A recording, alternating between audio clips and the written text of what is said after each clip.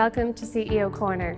My name is Sarah McGrath, partner in 360 Search Recruitment Services across Ireland and the UK, and I work with CEOs and senior executives, helping them find their next career move and also building their talent teams. I'd like to welcome Rena Maycock, CEO and founder of Cilter Technologies, a technology startup that's developing child protection software across smartphones that detects and blocks cyberbullying, grooming, suicide, and self-harm content across user-used messaging apps and browsers. Rena started her career in 98FM and held senior management and director-level positions with Sky, and was CEO of iRadio before setting up her own matchmaking business called Intro Matchmaking, which remains Ireland's largest nationwide dating agency. With over 17 years in business, Rena has gained vast amount of experience.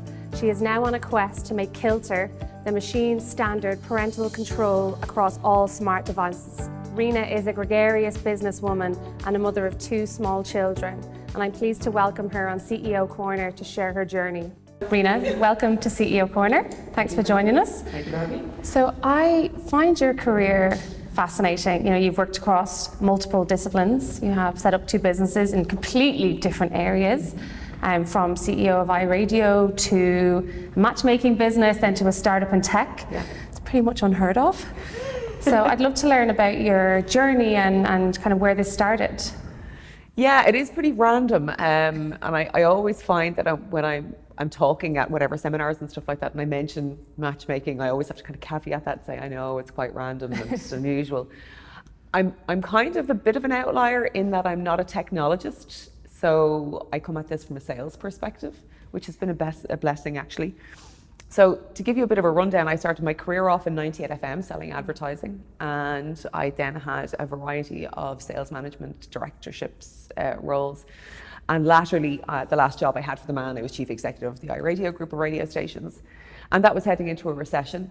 And the first thing that gets cut from the budget is the marketing budget when you're trying to kind of rein things in. And my now husband, then boyfriend, was working in commercial property or residential property. And things were winding down there as well. So we kind of had this idea that we wanted to start something of our own because we could see things were slowing down in our respective sectors. And we were out one night in Malahide in Gibneys, and we saw this guy standing there clutching a pint to his chest. And I kind of just noticed him, and I realised that after a while he kept going up and refilling his drink and coming back and standing in the same spot, but he wasn't talking to anybody. And I thought, oh my God, that man is here trying to meet somebody. Imagine a Saturday night going to a bar and trying to meet somebody. And I thought there has to be a better way than this. So I did a little bit of Ecker in the space, and the dating industry was just kind of taking off online at that stage. You're talking maybe 11 years ago. And, I thought, what about traditional matchmaking? We can't jump into that realm with all the dating apps and the online dating sites. We won't be able to compete. So I did some research, and there wasn't much going in the traditional matchmaking space. And in truth, it made sense for us because both of us were in sales. We wanted to leverage our experience as salespeople and provide a service. We wanted low capex. We didn't want to have to get ourselves into extreme debt to set a business up. So we said, a matchmaking agency just makes sense. And we set up in a recession, best time to set up a business. Cheap rent, cheap people, cheap advertising, cheap stationery, cheap everything.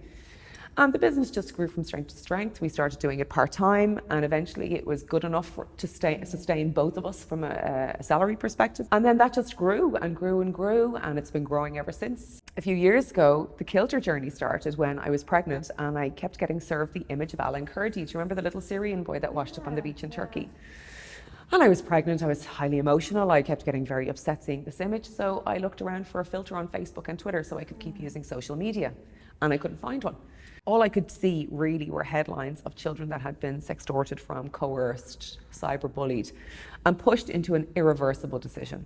And the one common denominator was that the parents never knew there was a problem until it was too late. And that frightened the bejesus out of me. So I took a look back at that filter idea I'd had, and a friend of mine that's actually a technologist said, look, what you're talking about seems to be a really natural fit for a parental control. Why don't you look there? So I looked into the parental control space, and I saw that what was available to parents was all parental control apps. There's like 250 on Google Play, there was 220 on the App Store, and they were all retrospectively downloadable onto a device. And they shared a few main features. Those features were, restriction of access. They would turn the phone off or turn apps off at a certain time. They'd block pornography and gambling websites. And they would have geofencing and geo-tracking for your child so you could find your child when they were away from you. But none of them could deal with cyberbullying and grooming, which was my big fear. I kind of thought, why is nobody doing this? And I realised it's because it's hard. At app layer, you can't access other apps. So if you have a net nanny or a Custodio downloaded onto your device, that app cannot access messaging apps, which is where the harm is really done. So cyberbullying, grooming, suicide and self-harm is done through private messaging apps in large part. So technically, apps are incapable of accessing other apps and dealing with cyberbullying and grooming, and so Cilter was born. The goal for Cilter then is to become part of the hardware, the original hardware. Is that how it will, I guess, operate within the device? It's actually the only way it can work. And there was a web-wide study that was done at the time to figure out what parents' main concerns were when they gave their child a smartphone. One was that they'd access pornography. Two, they'd spend too much time online. And then they'd be groomed, and then that they'd be cyberbullied. 4 equal concerns. So the parental control app space was over-serving the pornography side and the restriction of access side, but nobody was serving the other two. There were some kind of high-level apps out there that were claiming to solve cyberbullying, but they weren't, because they couldn't access data within other apps. So I started to teach myself about the technology to figure out the earliest point in the technological stack that we could access all incoming and outgoing data. And that was the kernel level of the operating system. And obviously for Apple, you can't code for Apple because they're highly proprietary, whereas AOSP, Android, is open source. So we started to work on, I took some people on and started to work on proving that we could do this at the kernel level. And we did. And the advice at the time from some friends of mine in tech was patent first, build later. So we got the technical documentation done, we hired a patent attorney, and we set about getting our data content filter patented. And effectively that was for a couple of reasons. We didn't want to spend a couple of million developing an idea that somebody already owned, and then we get sued out. And we also wanted to prove novelty, so that we could actually say, okay, absolutely nobody else is doing this because we've got the patent for it. So we did that. We got patent granted in the United States. We chose the States first for a couple of reasons. Ultimately, we'll probably exit to a US headquartered company. You can have a track 1 filing, which allows you to get a patent granted quicker. And then you can avail of patent protection highways if you get your patent granted in the United States. So we did that. And then once we got that reassurance that we weren't infringing on anybody else's IP and that we could prove novelty, we started to build out the team, develop the prototype. And we decided to develop the prototype filtering WhatsApp messages first, and the highest mountain to climb. But we knew that if we proved the concept on Messenger or on SMS, the first question would be, well, look, there's a legislative march on big tech to take responsibility for harmful content in, unencrypted apps. So what about encryption? And we knew that would be the biggest objection. So there's no point in proving it elsewhere. So we decided to prove on WhatsApp first. So we proved that. And then we set about the business of building the team, and we've now got a team of 10, all working unpaid, in some cases around full-time jobs. And we bootstrapped our way all the way to here. We realized that we needed to get the buy-in from the child protection stakeholder community. So we got endorsement from UNESCO, we got support from EU Kids Online, and we started to get the government involved. The Irish government have agreed to partner on our pilot with at least one sitting minister. We've got the backing of the HSE. So we want to build up all these soft arguments on top of the patent and all that kind of thing before we set about raising money. So that's what we've been doing for the last couple of years. It's an incredible story, and it's going to be transformational. It I really hope so. is. It's protecting, our young. Yes. And I read on your website that I think it's 93% of 8 to 13-year-olds have their own smart device, and also 25% of 6-year-olds have their own smart device. Yes. And that actually shocked me. And what is your view or experience in seeing children with this young owning smart devices? Children account for 1/3 of internet users in the world. And the march of technology is not going to slow down or reverse. It's only going to get far greater. It'll get to a point where children are having devices even younger than age 6. And I would never stand in judgment of parents that give their child a smartphone. They do so for a variety of reasons. There's educational benefits, there's communication benefits. But I also think we're all missing the point of it. Children should be able to have a smartphone if they want one. If their parents want them to have one, they should have a smartphone. What shouldn't happen is they shouldn't be harmed by the smartphone. Things have just changed. Society has changed. That's not the way kids communicate anymore. They don't go out onto the street all the time and, play curbs and rounders. That's not how children do things in large part now. Partly because parents are afraid. We're all aware as parents of the dangers that are posed to children when you just set them free out onto the road. They could get knocked down, abducted, all those things. So parents are frightened of that. So what's your child supposed to do? Sit in a corner of the room and do nothing, stare at the wall just because they're safe? They should be allowed to be on their smartphone if they want to be. Now, that's not me propagating the use of smartphones among small children. That's not what I'm trying to say. I'm just trying to say that more needs to be done in society to protect children when they do go online, because technology is marching forward and we need to do more. And legislation is catching up slowly. I mean, COVID, I often get asked about, what impact COVID has had on our business. For the matchmaking company, it's flying. And also for Cilter, unfortunately, it has been a great thing for Cilter because since COVID came along, children are spending much more unsupervised time online. And parents just can't supervise them all the time. So because of that, there's been a sharp increase in online child abuse material and a 27% increase in cyberbullying. And that has made the European Commission, for instance, sit up and take notice. So there was legislation in the pipeline, but they've expedited everything now. So for instance, last July, they were very quick in fairness to them. Last July, they announced an EU strategy for a more effective fight against child abuse, online child abuse. And as part of that, they committed to investigating technologies that could deal with end-to-end encrypted content. So that has opened doors for us in the European Commission where they weren't open before. So as a society, legislation is starting to catch up and make big tech responsible, but more does need to be done. I know it runs so deep, and I can totally understand fears for a parent because you cannot control this. This is happening, and it's challenging parents to make decisions that they're potentially uncomfortable with. What do you find challenging about being a serial entrepreneur, and how are you continuing to develop your skills? I would sit down with anybody and everybody and listen to what they have to say, because I firmly believe every day is a learning day. I have not got any qualifications in technology, but I can hold my own because I listen to people that know better than I do. But I enjoy it. It's my hobby. I don't have hobbies. I don't really I'm good at painting, good at art, for instance, but I don't do it because it doesn't interest me. Yeah, okay. My poor husband keeps buying me easels and paints, and I'm like, thanks. And I leave them there because all I do is think about business. I think about it in the morning, I think about it going to bed at night, I think about it all day, every day. And yes, that means I don't really switch off. But if it's not your hobby, then it's a slog. But being an entrepreneur isn't a slog for me. I find it really, really interesting. And probably because I get the macro view of the company, because I'm setting the company up, certainly in the beginning, you have to be the expert in every single thing. You've got to be the HR manager, you've got to be the marketing manager, you've got to be the technologist, you've got to be everything, all things to the entire organization. And that's hugely interesting. Yeah. There is never a dull day. So I suppose that's what keeps me going, and I love every step of the journey. I love it. It's so interesting. It excites you. You're just like getting out of bed in the morning excited. Yeah. Like if only everyone could feel that way about what they do. I absolutely, when I was working for the man, I had a completely different viewpoint of entrepreneurialism. I got up every morning. I was delighted to have the paycheck at the end of every month. I had very little responsibility except the demands of my job, and I answered to the board, and I went home and I switched off for the weekend. I enjoyed my money, paid my mortgages, all that kind of stuff. And I thought, you'd want to be bananas to give up this type of security. Why would anyone do it? But I was in my 20s.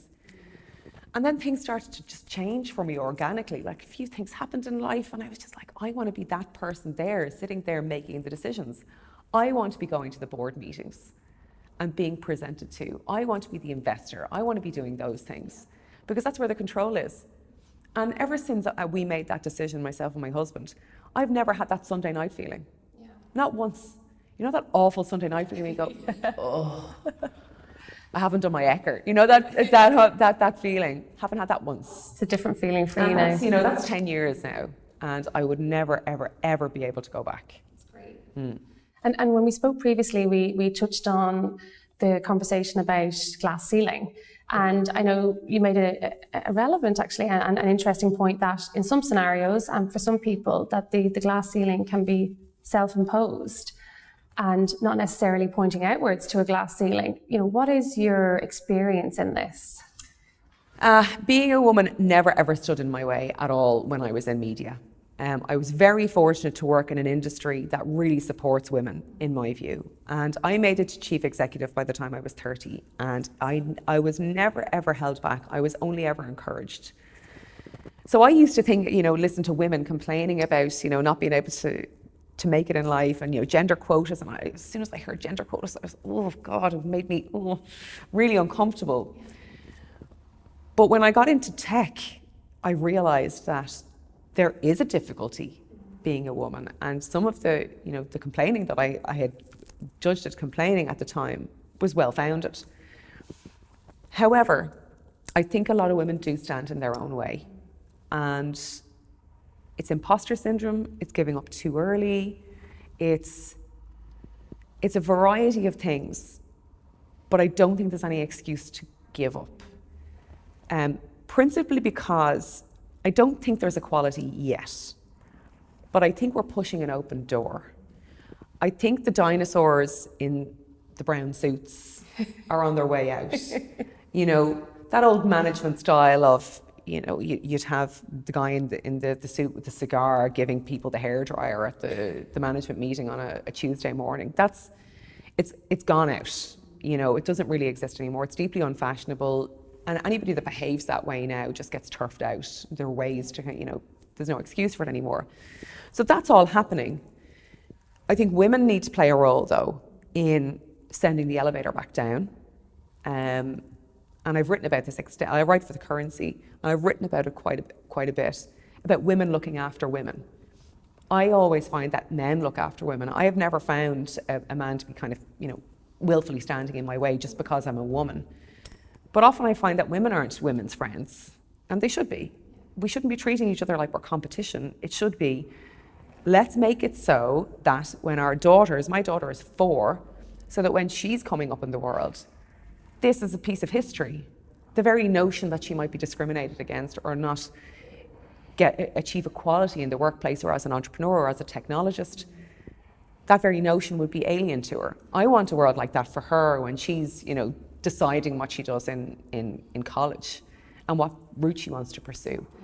I want that for her. But I actually don't think men are the enemy. I have never found that. Yeah, and I think, it can come from a sense of insecurity and maybe not having achieved something or feeling insecure about an achievement. And I think, it's a conditioning and unfortunate. And, I'm the same. I've been lucky to surround myself with unbelievable women who only encourage you. So, I'm very fortunate in that regard. Speaking from experience and as an entrepreneur, what advice do you have for budding entrepreneurs that are trying to set up or want to set up a business? This is what I do. This is my shortcut to networking. Right? And nothing can be achieved without networking.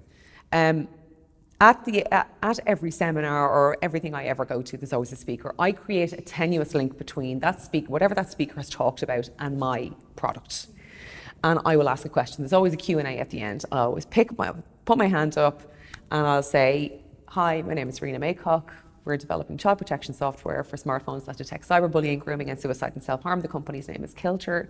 I'd like to ask blah question. And then at the end of the session, whoever in that room, there might be 100 people or 50 people or 200 people, whoever in that room that can help you out will seek you out. They'll come to you. You don't need to press the flesh with, you're not allowed to press the flesh anymore, but eventually when we're allowed to do it again, you won't need to go around trying to fish out the people that can help you achieve something, get a little bit further towards your goal. They'll come to you. And that's how I've achieved a lot of what I've achieved because of that. You collect as many relevant people as you can that can help you out, make as many friends as you possibly can. And the other thing about being a startup entrepreneur is it's a lonely place until you make some buddies, make some startup buddies. And that, again, you will only make them by going to everything. And it's nerve-wracking at the start, and you're not really quite sure of the business because you haven't taught yourself everything you need to know yet. And you're a little bit, you've got the imposter syndrome, which actually absolutely everyone gets, men and women. I mean, I even remember when I had going for jobs, every single job I went to, I was usually poached. But still on day one, I'd be thinking, they're going to realise I'm crap. They're going to realise they made a mistake. And everyone thinks that way. You're day one on your job, or you're going for an interview. Maybe you fudged a little bit on your CV and you're going, I'm going to get found out and they're going to realise I'm rubbish. But they never realise you're rubbish, because you're not rubbish, you're great, and that's the reason why they want you. So remember that. And the same thing happens when you're an entrepreneur. Almost every day you're like, is everyone going to realise I'm crap? They don't realise you're crap, because you're not crap. Just keep getting up and doing it. Yeah, it's good advice, definitely good advice, and believe in yourself. And it sounds simple, and there's a bit of work that has to happen to actually really believe in yourself. It's not just instant. How do you juggle being a serial entrepreneur? And you've achieved so much success very young, and you have 2 young children. How do you fit all this in and still enjoy life? I enjoy life because of what I do. I enjoy every minute of it. COVID, it's been a little bit difficult, because particularly when the kids were off, that was a very difficult juggling experience for Fergal and I, because he's trying to run Intro Matchmaking and I'm trying to run Cilter. So there's an awful lot of tick-tacking, passing the baton. You mind the kids for that hour while I'm on this really important call. I'll mind the kids for the following hour while you're on that really important call. But look, you just make it work. If you can't get your work done in the morning because the kids are there, you do it at night when they go to bed. You just make it work. Now, there are good days and bad days. It is not easy, and everybody, I think, finds it a bit of a challenge. But you just do it. You set goals for yourself and you work around things. Work at night, work earlier in the morning. We're dealing with we've got a franchise consultant at the moment who gets up at 4 and starts his work day. And he doesn't even have small kids. I don't know why. You just do whatever it takes to make it work. And it's good as well, I think, to set a work ethic and an example for your children. And actually, Fergal and I were only having this conversation. One of us we were dropping the kids to school the other morning, and I looked at him and I said, aren't we so lucky that we don't have to be leaving the house at 7 o'clock in the morning to get into a desk job where there's a manager clock watching, making sure that you're there at 8 and you don't leave until 6. Aren't we lucky that we've got this flexibility? So in actual fact, I consider our job, yes, there's an awful lot of juggling, and no one day is like the next, and that makes it tricky, actually, not having much of a routine. But I consider us to have a much easier ride than our friends that have to do the 12-hour workday and for the man.